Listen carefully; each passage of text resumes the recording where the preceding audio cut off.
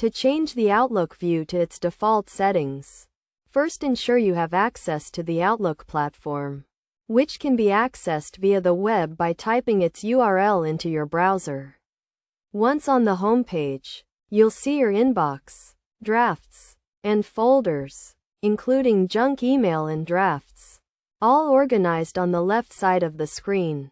The home page is divided into sections such as composition, history, and composition actions. To change the view, click on the top pane of the screen, where you'll find the View option.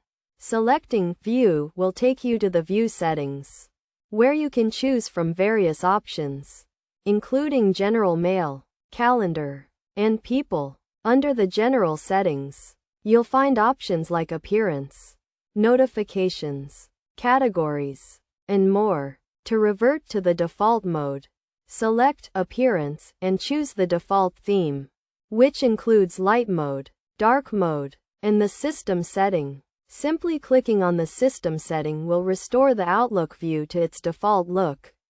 This process is straightforward, and following these steps will allow you to easily change your Outlook view to its default settings.